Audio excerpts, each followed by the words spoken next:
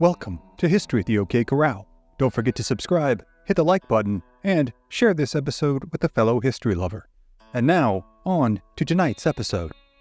Northern Brazil, June 24th, 1542. As the dark waters of the Rio Negro loom below them, a group of Spanish conquistadors work feverishly to bring their rowboat to shore, while spears, darts, and arrows whiz by them.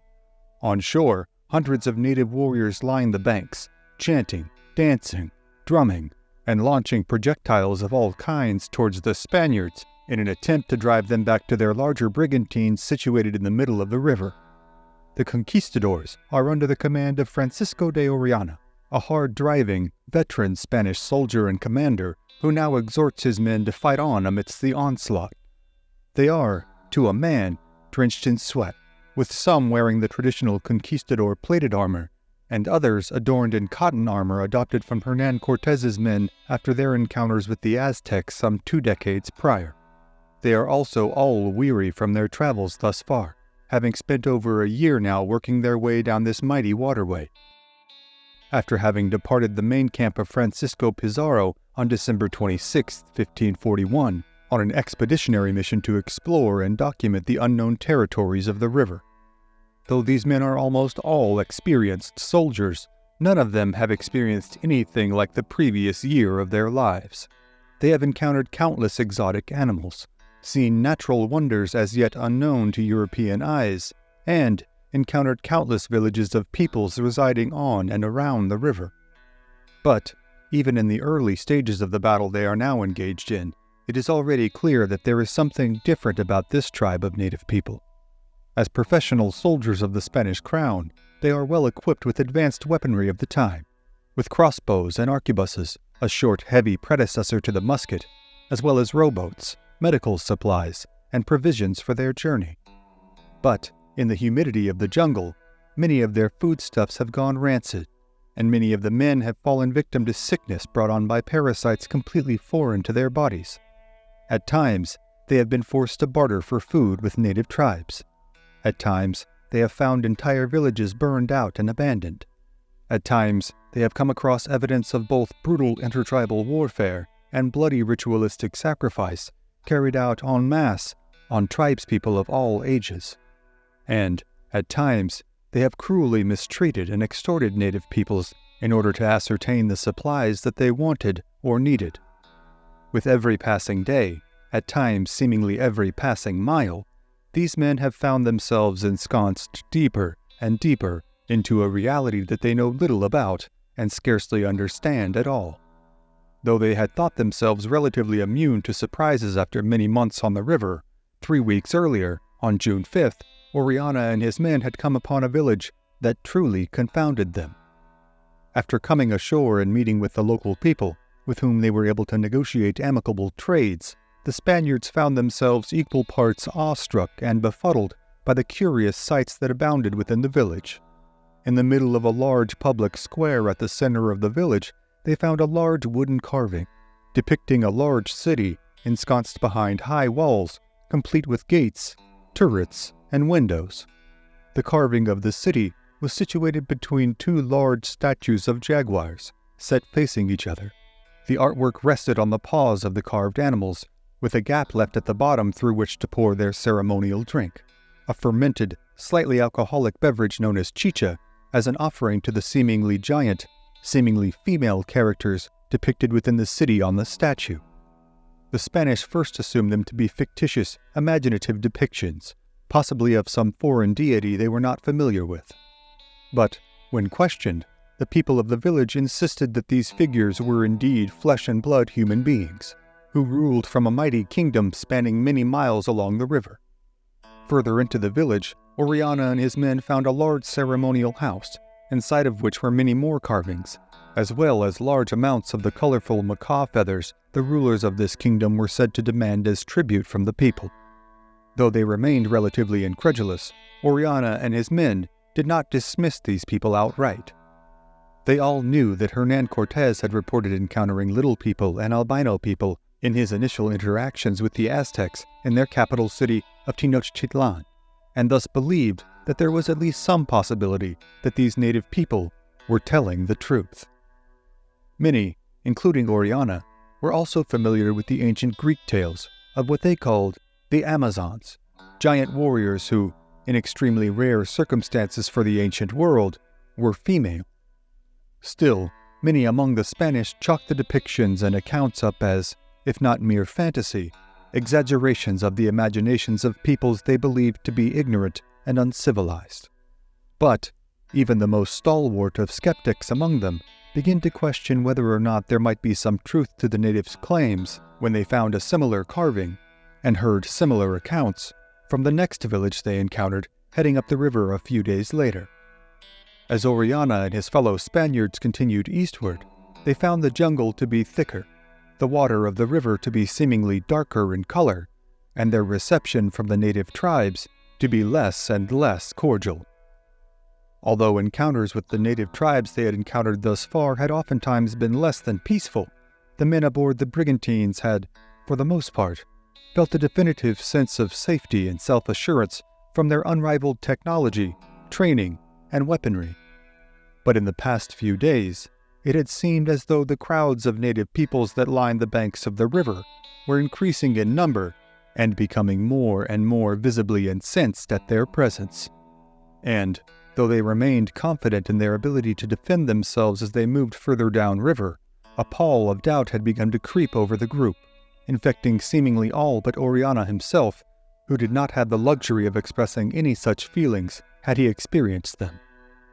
The group carried on, but what they saw next served only to intensify their feelings of dread and trepidation. A large river, known today as the Madeira, flowed into the Rio Negro, the earthy brown of its silted waters meeting the dark waters of the Rio Negro in a swirling mix that provided an awesome and ominous spectacle for the men aboard the brigantines. Just past where the waters met, the Spaniards saw a large village situated on the slope of the northern bank of the Rio Negro. Along the banks leading up to the settlement from the river's edge, however, was a sight that would haunt many of the men's nightmares forevermore. Displayed on large racks that Orellana would refer to as picotas were dozens of human heads in varying stages of decay. This sight was a stark warning of, and testament to, the capabilities of the inhabitants of the village. Still, the shortage in food would drive Orellana to order the pillaging of several of the less imposing settlements that they would encounter over the next few days. On one occasion, finding the locals uncooperative, Orellana would order the wholesale burning of the village, razing all of its structures to the ground. On June 22nd, they would pass another large village situated on the northern shore of the Rio Negro, its buildings glistening white. However, they were unable to come ashore because of inclement weather. Now, 2 days later, while the rains and winds may have settled, the storm that is about to be unleashed upon Orellana and his men is only just beginning. It had started with a few canoes trailing the Spanish brigantines, with drummers and fifesmen droning out unnerving tunes as the oarsmen rowed under the direction of ornately crowned chiefs who loudly rebuked the Spaniards for trespassing. In an effort to placate them, Orellana had sent out a small chest on a float, filled with gifts and trinkets as a peace offering. But the tribesmen had simply fetched the small chest out of the water, smashed its contents, and laughed at them scornfully. Incensed by their seeming lack of respect, Orellana had ordered his arquebusiers and crossbowmen to pour several volleys of withering fire towards the pursuing warriors. This had disbanded them, but only momentarily. Only minutes later, it seemed that the entirety of the dense jungle had exploded into a fury. Now, the banks of the Rio Negro are lined with thousands of native tribesmen, carrying out a myriad of dances, chants, incantations, drumbeats, and flute flourishes as they challenge the Spaniards to fight. For miles they line the shore, seemingly dozens of warriors deep. Then, in a spectacle chillingly similar to hundreds of the native birds taking flight from the jungle's trees, the air is suddenly filled with thousands of arrows. They thud into the thick wooden siding of the brigantines, striking several of the Spanish, including their resident priest, Friar Carvajal, who was struck in the ribs. Now, seeing no alternative but to attack, Orellana orders his best soldiers to make a direct assault into the thick of the native lines in an attempt to break and disperse them. These experienced soldiers, veterans of years of conflict in both South America and Europe, dutifully, hurriedly load themselves into the boats and row furiously for the shoreline. With arrows flying all around them, some of the Spaniards shield their comrades with large manatee hide shields they had stolen from other tribes, while crossbowmen and arquebusiers methodically aim and fire, hitting dozens of targets on their short trip from the middle of the river to the banks. Still, their best efforts seem to cause little effect amongst the hordes of warriors that are coming to attack. Now, the swordsmen amongst them jump into the chest-deep water as they near the banks, taking on warriors armed with spears and clubs in vicious, partially submerged close-quarters combat. The crossbowmen and arquebusiers continue their fire, seeming to finally clear the banks of some measure of the native forces. Then, in a seemingly otherworldly occurrence, the attacking Spaniards and their comrades on the brigantines are momentarily awestruck by a sight that must have seemed all but impossible. According to official first-hand accounts, several incredibly tall women, with long hair woven into braids and curled atop their heads, suddenly appear along the riverbanks. Armed with spears, bows, and arrows, they seem to hold sway over their male cohorts, who seem to defer to their orders and exhortations. According to the account of Friar Carvajal, they, quote, are very robust, with their bows and arrows in their hands, doing as much fighting as 10 Indian men. And indeed, there was one who shot an arrow span deep into one of the brigantines. The women fight with an unmatched fury, cutting down not only the Spanish, but any of their own warriors who try to flee. Finally, after an hour of fighting, the Spanish managed to kill several of the Amazon women. In a continuation of the unbelievable scene, the forces of native warriors seem to part instantaneously, as the bodies of the female warriors are retrieved by the men in the back of the ranks, disappearing into the jungle. Now, the ranks of the native warriors fall into momentary disarray. Sensing that they have gained the upper hand, the remaining Spanish charge upon the demoralized native warriors, killing many at the end of their heavy steel weapons. Finally, after it appears that they have bought themselves a momentary reprieve, the Spanish board the rowboats and hastily return to their brigantines, both now so riddled with arrows that they are said to have resembled large, waterborne porcupines. It will be days more of intermittent attacks from the incensed natives of this territory before Orellana and his men can find an uninhabited island in which they can harbor with some degree of safety. Still, Orellana forbids any of his men to venture ashore for any reason.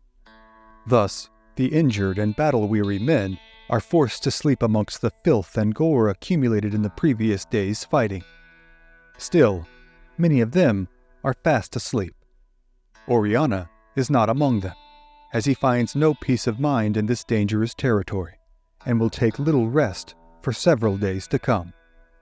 It will be nearly 2 more months before the Spanish will see the Atlantic Ocean, during which they will continue to endure untold hardships and survive several near-fatal mishaps.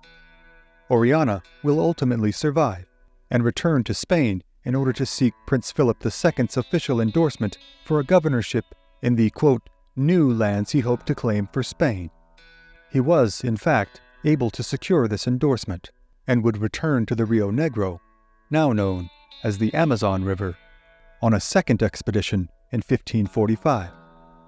Here, he would finally meet a disastrous end after a shipwreck left his expedition stranded in the middle of the jungle. But the brutal story of Francisco de Orellana's final, desperate journey and his ultimate demise are, for tonight, other stories for other times. Thank you again for joining us on this episode of History at the OK Corral. Be sure to click the like button, share this episode with a friend, and become a subscriber.